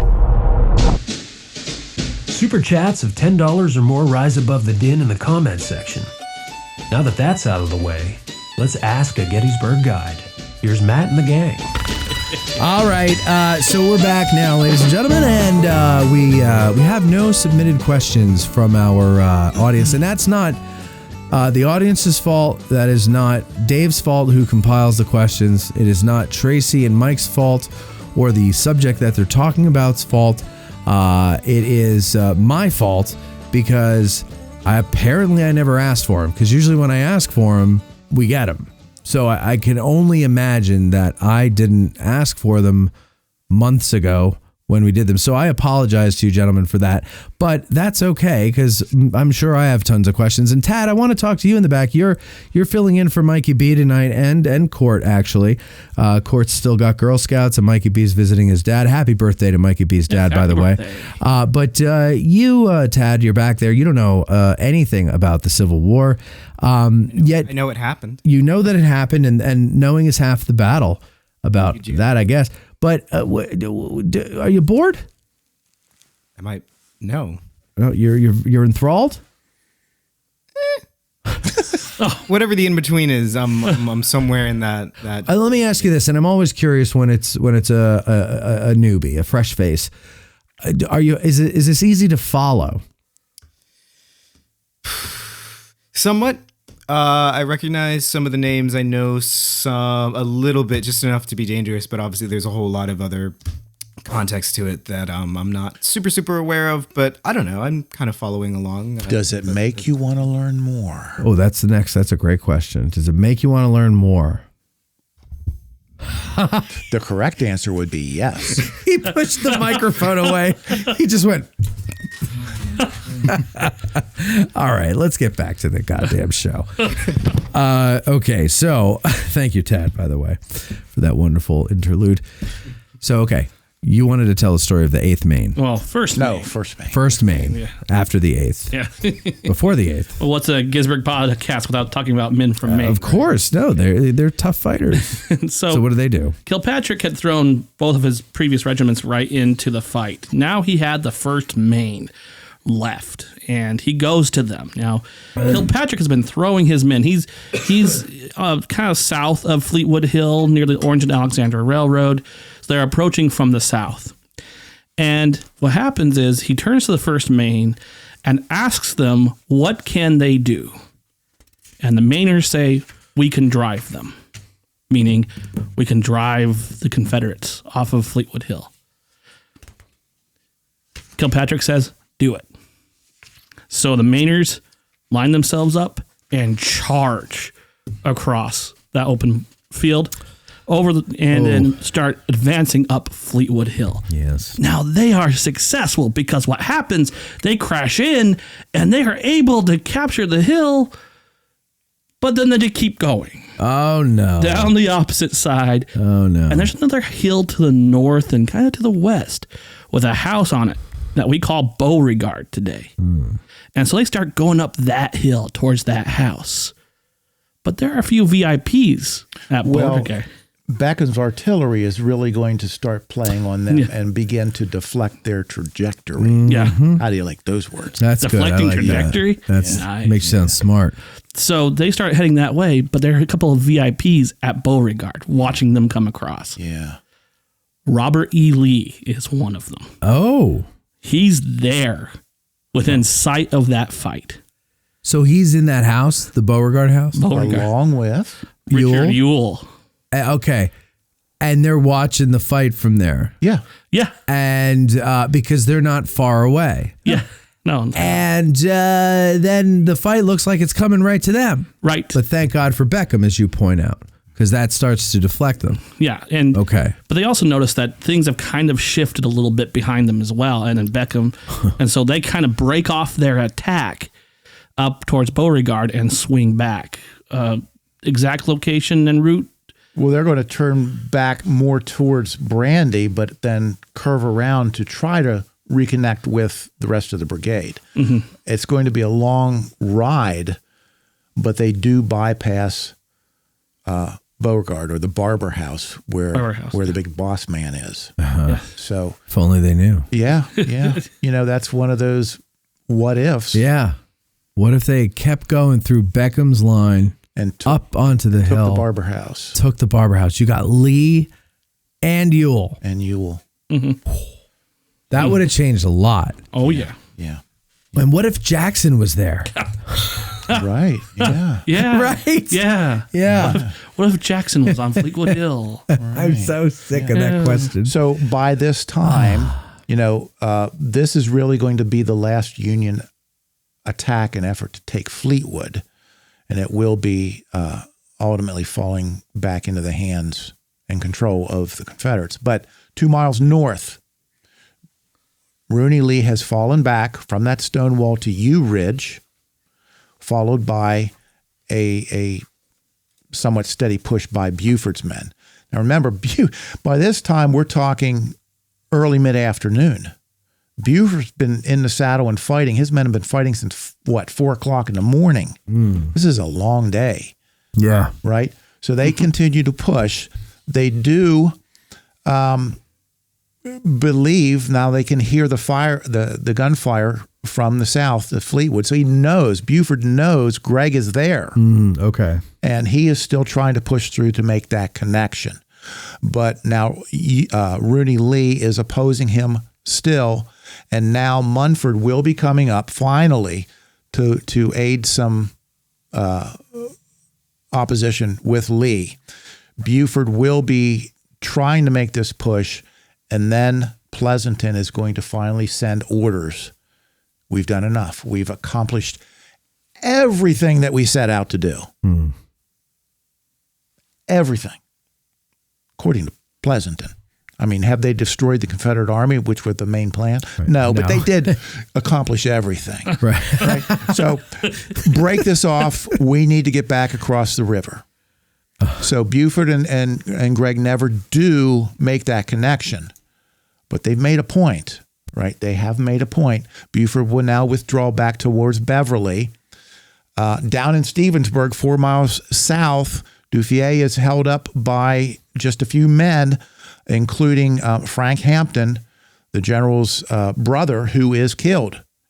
He is killed down there.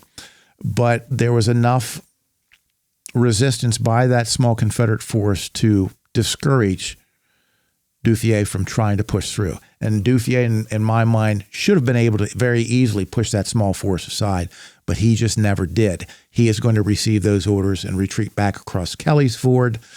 Gregg will circle clear around, and he will retreat back across Beverly with Buford. For about, 14 hours of fighting? 12 or 14 hours, give or take. And Gregg's all fought out. Yeah. Buford's all fought out. Yeah. Everybody's fought out. Duffier's exhausted and lucky he didn't get lost again. And so, I think across the board, the Union cavalry is pretty much all fought out with the exception of a couple of regiments in Duffier's division. Yeah. Northside Memory writes in the comments section, Stuart's chief aide apparently said that Brandy Station made the Union cavalry. I think it's generally accepted the Confederate cavalry had the edge on its Union counterparts early in the war. Is Stuart's aide being a bit dismissive?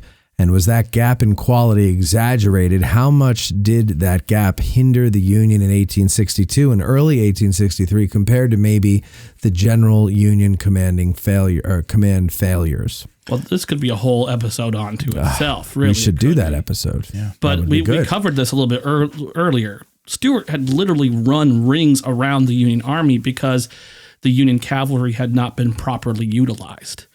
And so by the time we get to 63 with Hooker and his reforms of putting cavalry under cavalry officers, novel concept, it really starts to flip in a big way.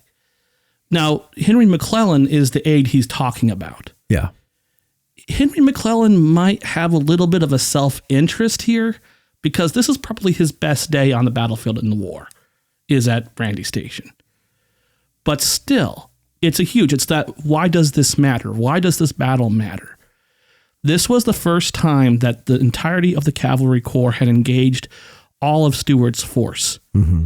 And they had given Stuart all he could handle for 12 to 14 hours. Mm-hmm. That had never really happened before. Right. And so it's a huge confidence boost for these Union troopers. And so did it make them?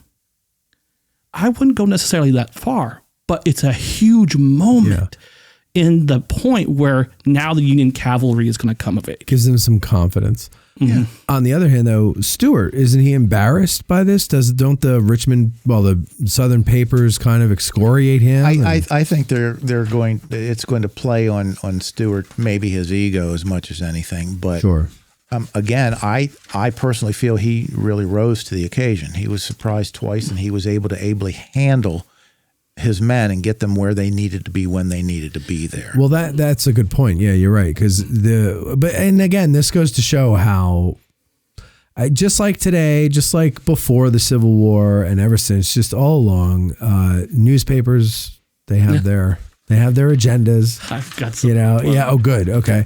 And people who aren't there always have an opinion. I mean, we were just joking about it during dinner with the movie, Bo Brinkman's movie that was just filming here this weekend, and people looking at pictures taken on somebody's cell phone of the whole set, and they're like, well, there's an air conditioner in that window, or this, that, or the other thing, and it's like, but you don't understand. Like, you're looking at a wide angle from somebody's cell phone. They're not using wide angles in the movie. They're using tight shots and crop shots. And like, you're not going to see that stuff. They're professionals. They know not to get, but people have an opinion, and everybody's an expert, though they've never done the thing they're being an expert on. Yeah. I mean, following this battle, Facebook just lit up. Oh yeah. Yeah. Oh, in a big way. Yeah. I bet it did. Yeah. So go ahead, tell us about it. So there. not only that, but Civil War Facebook. You see the diaries and you see the letters of the infantrymen, and the men within the army are saying, "Ooh, it looks like the cavalry got surprised the other day. Yeah. It looks like Stuart's getting knocked down a peg." You mean the Confederate Army? Confederate. Sorry. Confederate. Sorry, I misspoke. No, I just wanted to clarify. Yeah, Confederate Army is going, wow, he got surprised. And that gets out there. But then it also shows up in the newspapers. So some of these newspapers who were laudatory of Stuart in 1862, listen to this. I love this. There is little doubt this is from the Savannah Republican. There is little doubt from all accounts that our cavalry, resting secure and believing there was no danger with so much infantry surrounding them, allowed the enemy to surprise them everywhere. The whole affair was, to say the least, very discreditable to somebody.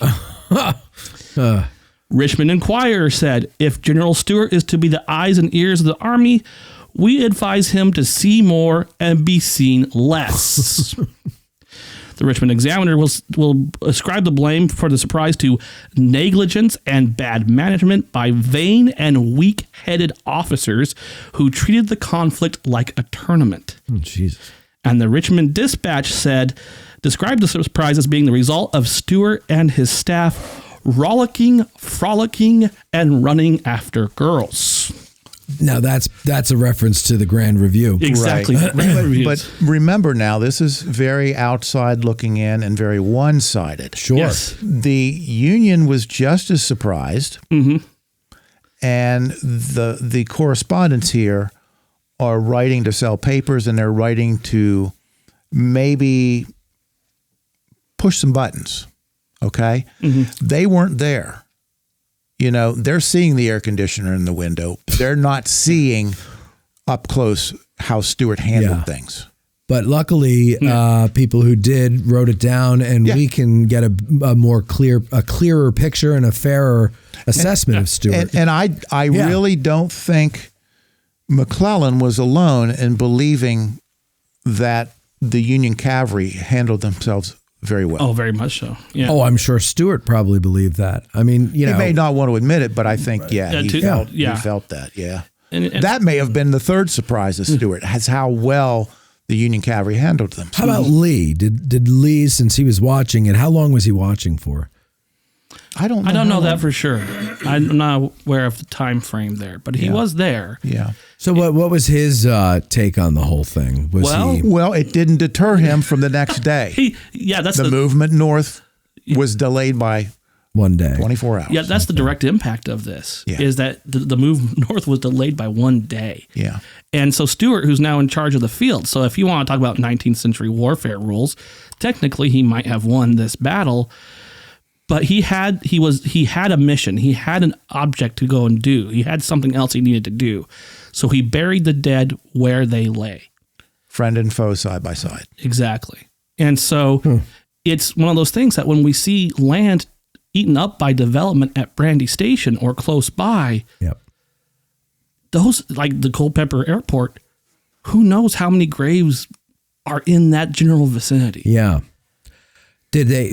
So, do we know that there are some still there? Did they not reinter them at any point, or families recover them? I think the point is that this battlefield and this land was this close to being lost forever by development. By an airport, by a Formula One racetrack, by developments, you name it.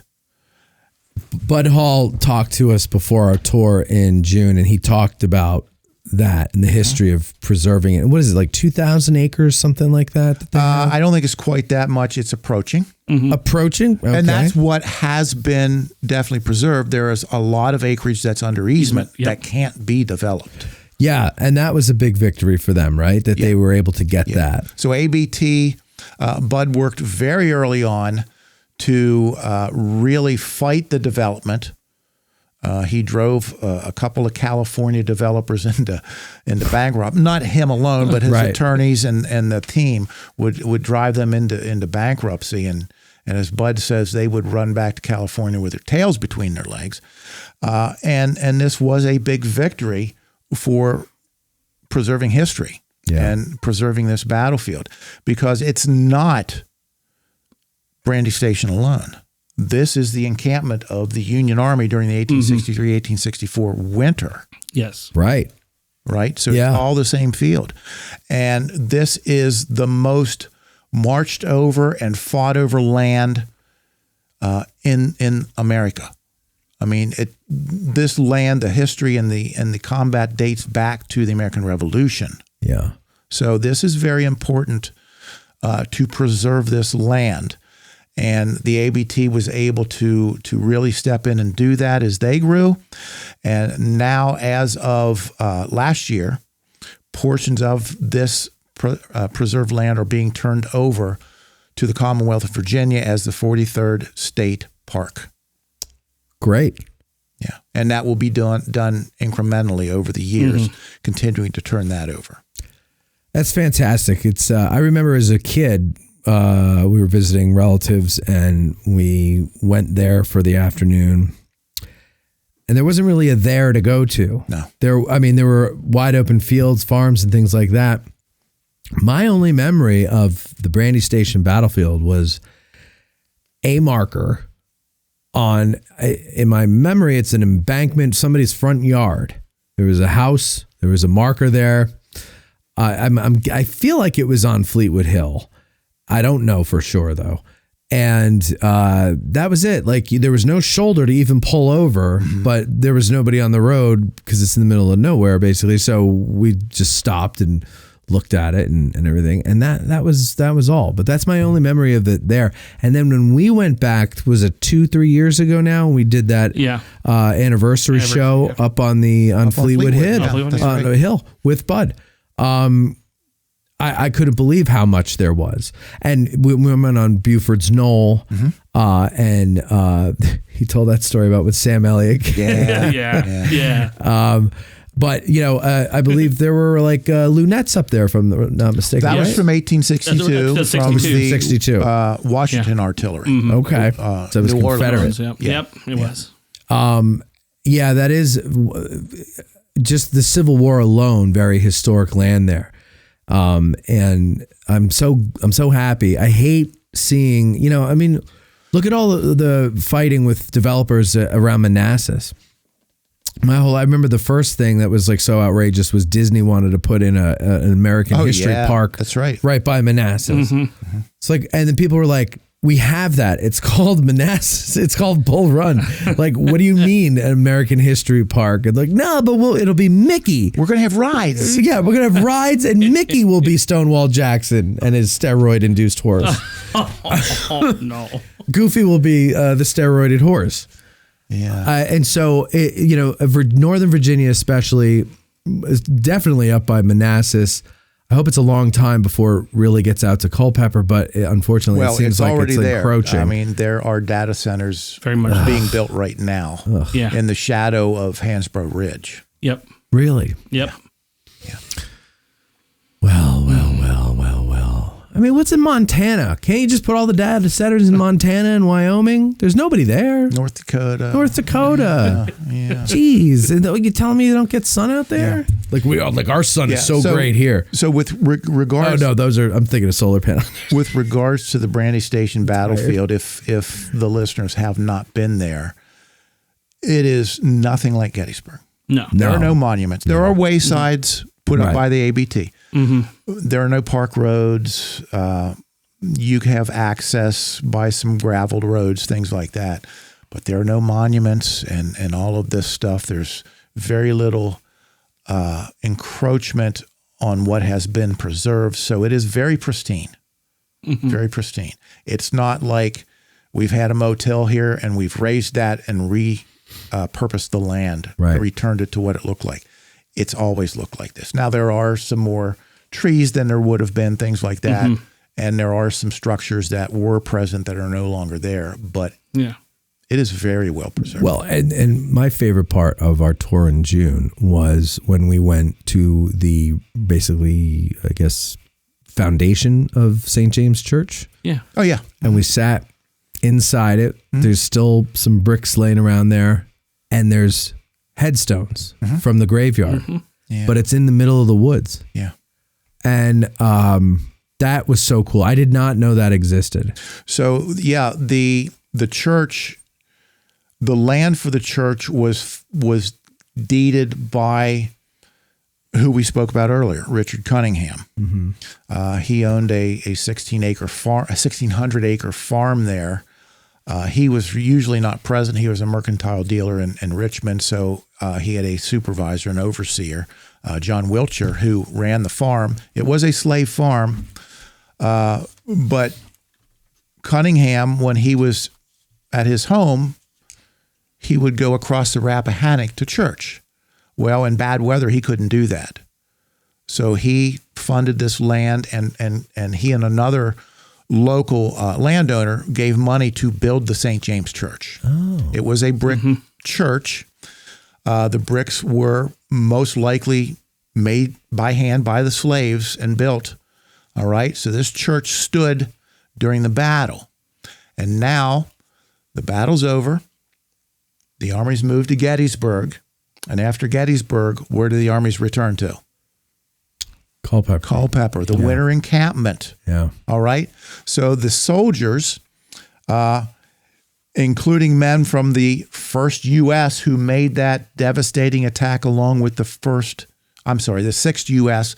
along with the 6th Pennsylvania, they were some of the men primarily involved with deconstructing that church because they're using the bricks to build the fireplaces in their winter encampment huts. Oh. Yes. And it was never reconstructed? Never reconstructed. However, after the war then, a new church would be built to take its place in Brandy. Mm-hmm. Okay, so what we were sitting in were the ruins of the church that Union soldiers dismantled. That's right. Yes. Oh, that makes it even cooler. I didn't know that. Yeah. Oh, God, that's so good. Yeah. Wow. Yeah. And the only known illustration of that church was done by one of the men from the 6th U.S. Mm-hmm. And Bud Hall has that illustration. It is available online. I do have a copy of it in my binder, but it kind of gives you an idea of what the church looked like, and it does show the headstones out beside it too. Yeah. It's really cool. Those of you that did not join us in June really missed out. Shame on you. Exactly. Thank you. Shame on you, because it was really good, and it was nice to get out to other battlefields. And as much as I love Gettysburg, and as to me, it was never a confusing field for me to learn. Like very quickly, I picked up on it, and I think it's because prior to visiting here, I played Sid Meier's Gettysburg over and over and over again, and those maps are quite accurate. I mean, not accurate like you wouldn't use it if you were like in the army, but but as far as where things are in relation to other things, it's pretty good. And but these other places, they're like you're saying, it's not like Gettysburg. There aren't 1,400 monuments and markers. There's nothing. And so you've got to know how to look at a map. You've got to have someone like Mikey or Tracy there to interpret for you. And but always have a map. You got to have a map. Maps are the best. You have to have maps. Yeah.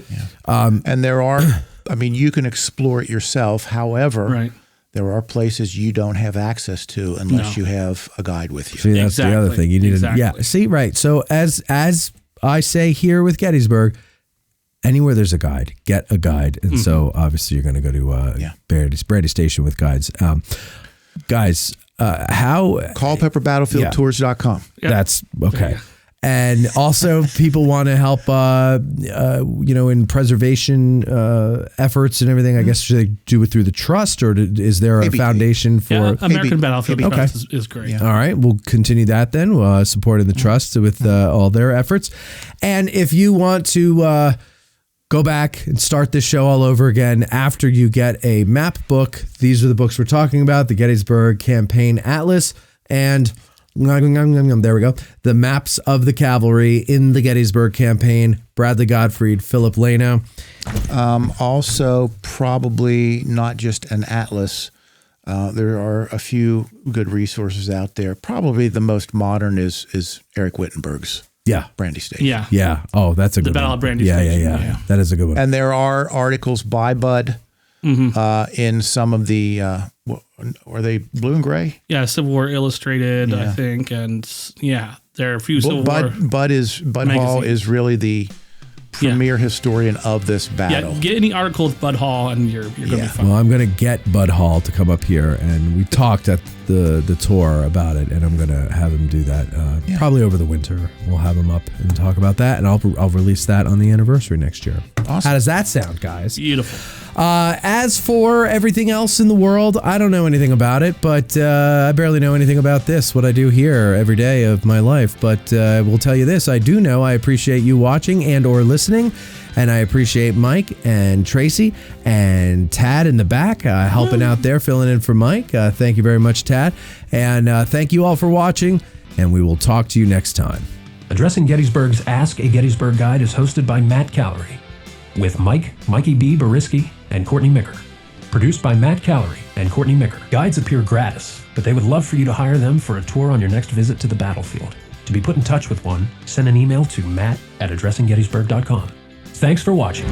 Our hearts so stout have got us fame, forsooth 'tis known from whence we came. Wherever we go, they dread the name of Gary Owen in glory. Instead of spa, we'll drink down ale and pay the reckoning on the nail. No man for that shall go to jail from Gary Owen in glory. Instead of spa, we'll drink down ale and pay the reckoning on the nail. No man for that shall go to jail from Gary Owen in glory.